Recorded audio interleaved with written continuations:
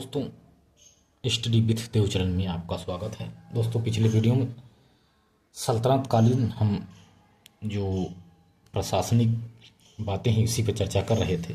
विभिन्न प्रकार के हमने जो विभाग हैं इस पे चर्चा किया। तो सल्तनत कालीन प्रशासनिक इकाई पे देख रहे थे। अब देखते हैं दोस्तों सल्तनत कालीन सैन्य व्यवस्था। तो दोस्तों, यदि हमारा क्लास आपको अच्छा लगता हो तो आप लोग लाइक शेयर सब्सक्राइब जरूर करिए। यदि नए हो तो सब्सक्राइब जरूर करिए और बेल आइकन को जरूर दबाइए, जिससे जो भी हम वीडियो डालते हैं इसकी नोटिफिकेशन सबसे पहले आपके पास पहुंचे। इसका नोटिफिकेशन तो आप लोग इसका जो लिंक है या वीडियो है इसको आप ग्रुप में और बच्चों के पास भेजिए, क्योंकि ये फ्री क्लास है। यूट्यूब पे इतना हम फ्री में पढ़ा रहे हैं जितना कोई नहीं पढ़ाता। जितना भी हमारे पास मैटर है जीएस का हम पूरा दे रहे हैं। आप इसको नोट्स जरूर बनाइए दोस्तों, आपकी तैयारी बेहतरीन होगी। आरओ के लिए बेस्ट कांटेक्ट है। पूरे यूट्यूबर से आप मिला लीजिए, कोई भी पूरा जीएस नहीं पढ़ाएगा। फ्री में कोई पूरा जीएस नहीं पढ़ाएगा, ना हिंदी पढ़ाएगा। हम दोस्तों आपको हिंदी जीएस पूरा करा रहे हैं। पूरा A to Z आरओ के लिए हम पढ़ा रहे हैं, प्री के लिए। इसके बाद जैसे एग्ज़ाम प्री का हो जाएगा उसके बाद मेंस भी हम कराएंगे। तो मेंस की ड्राफ्टिंग भी हम आपको करवाएंगे ज़रूर दोस्तों। तो आप लोग चैनल से जुड़े रहिए, बेहतरीन कांटेक्ट है हमारा ये।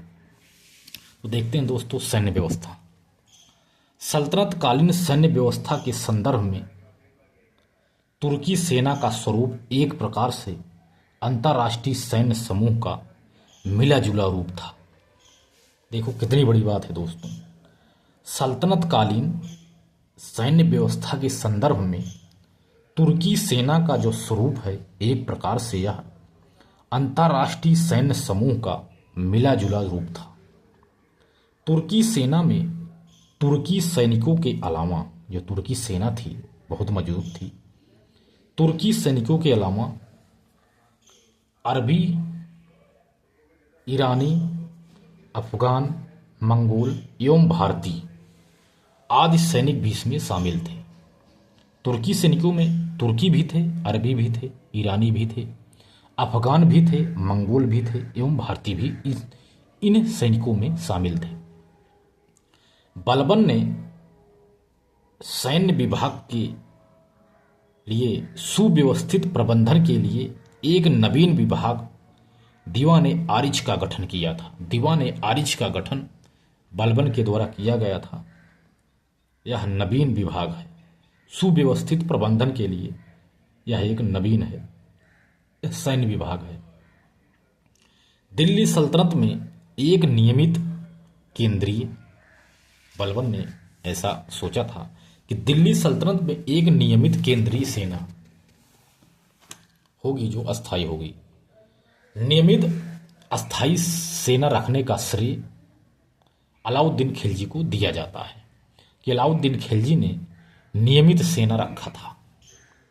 अलाउद्दीन खिलजी ने ही सर्वप्रथम सैनिकों एवं घोड़ों को पहचान के लिए क्रमशः हुलिया एवं दाग प्रथा का आरंभ किया था। अलाउद्दीन खिलजी ने कि घोड़ों को यदि दाग दिया जाएगा तो उसका हुलिया पहचानने में आ जाएगा कि ये घोड़ा मेरा है। ऐसी प्रथा को अलाउद्दीन खिलजी ने ही जारी किया था। अस्थायी सेना भी अलाउद्दीन खिलजी के द्वारा ही रखा गया था। सेनाओं का सर्वोच्च सेनापति सुल्तान होता था। जो सेनाएं होती थी उन सेनाओं का जो सर्वोच्च सेनापति है वह सेनापति सर्वोच्च जो है वह सुल्तान ही होता था। किसी भी अभियान पर सेना को भेजने से पहले एक सेनापति को नियुक्त किया जाता था और वह जब तक युद्ध चलता था तब तक सेनापति के पद पर बना रहता था। सेनापति को सामान्य शब्दों में नायब ए लश्कर भी कहते हैं। वह जो सेनापति की नियुक्ति की जाती थी वह युद्ध जब तक चलता था उस पद पर वो बना रहता था। सेनापति को नायब लश्कर भी कहते थे आदि कहा जाता था। सल्तनत काल की जो सैन्य शक्ति है अंतिम रूप से सुल्तान और उसके विश्वस्त सैनिकों के सहयोग से चलती थी। जो उसकी सैन्य शक्ति है अंतिम रूप से सुल्तान तथा उसके विश्वास पात्र जो सैनिक हैं उनके सहयोग से चलती थी।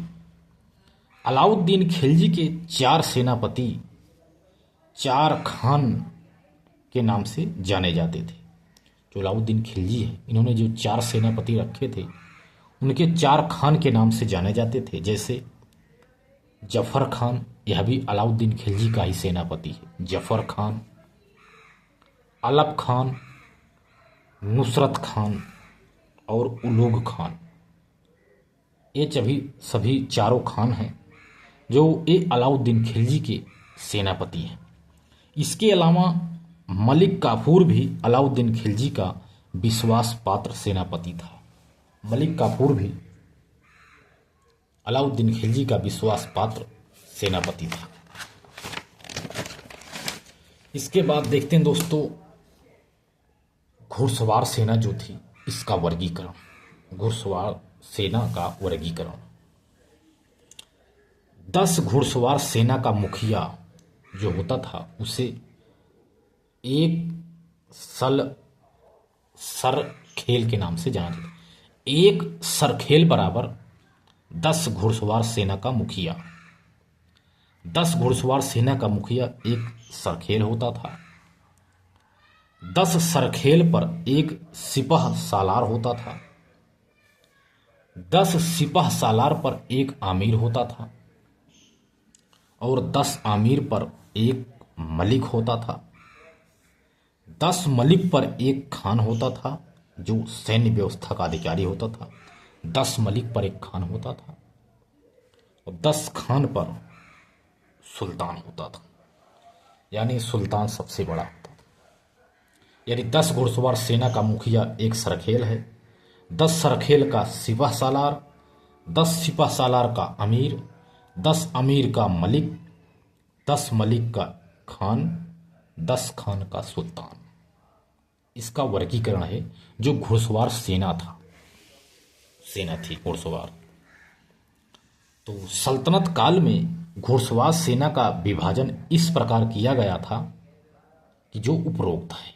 आप इसको देख लीजिए कि सल्तनत काल में घुड़सवार सेना का विभाजन इसी प्रकार से किया गया था जो उपरोक्त में हमने आपको बताया। सुल्तान मोहम्मद बिन तुगलक ने एमबीटी ने मलिक और खान के पद को महत्वपूर्ण बना दिया। जब मोहम्मद बिन तुगलक आया उन्होंने मलिक और जो खान का पद था उसे महत्वपूर्ण बना दिया। इससे पूर्व मलिक और खान के पद का विशेष महत्व नहीं था, इन्होंने प्रमुख रूप से विशेष महत्व बना दिया। केवल पहले विशेष महत्व नहीं था, केवल आदर सूचक पदवी के रूप में प्रयोग किया जाता था। तो मोहम्मद बिन तुगलक ने मलिक और खान का जो पद है इसे महत्वपूर्ण बना दिया था। जैसे तलिया क्या है? सल्तनत काल में जो सेना पहरेदारी के कार्यों को करने के लिए अथवा किसी स्थान विशेष की देख रेख करने के लिए जो सेना नियुक्त की जाती थी इसे ही तलिया कहते थे। यानी सल्तनत काल में जो सेना पहरेदारी के लिए नियुक्त की जाती थी अथवा किसी स्थान विशेष की देख रेख करने के लिए जो जिनकी सेना की नियुक्ति की जाती थी इसे ही तलिया कहते हैं। तलिया शब्द आ सकता है दोस्त। इसके बाद है यजकी सेना क्या है? तो यजकी मतलब है सल्तनत कालीन जो सेनाएं थी इनमें जिन सैनिकों को गुप्तचर का कार्य करने के लिए नियुक्ति की जाती थी उन सैनिकों को यजकी कहा जाता था। एक गुप्तचर सेना होती थी, गुप्तचर के लिए यह कार्य करता था। तो ये था दोस्तों सैन्य व्यवस्था सल्तनत काल की। अगली वीडियो में देखते हैं अमीर खुसरो से शुरू करते हैं दोस्तों। अमीर खुसरो के बारे में थोड़ा जानेंगे डीपली से। तो दोस्तों मिलते हैं और बेहतरीन क्लास में, तब तक के लिए धन्यवाद।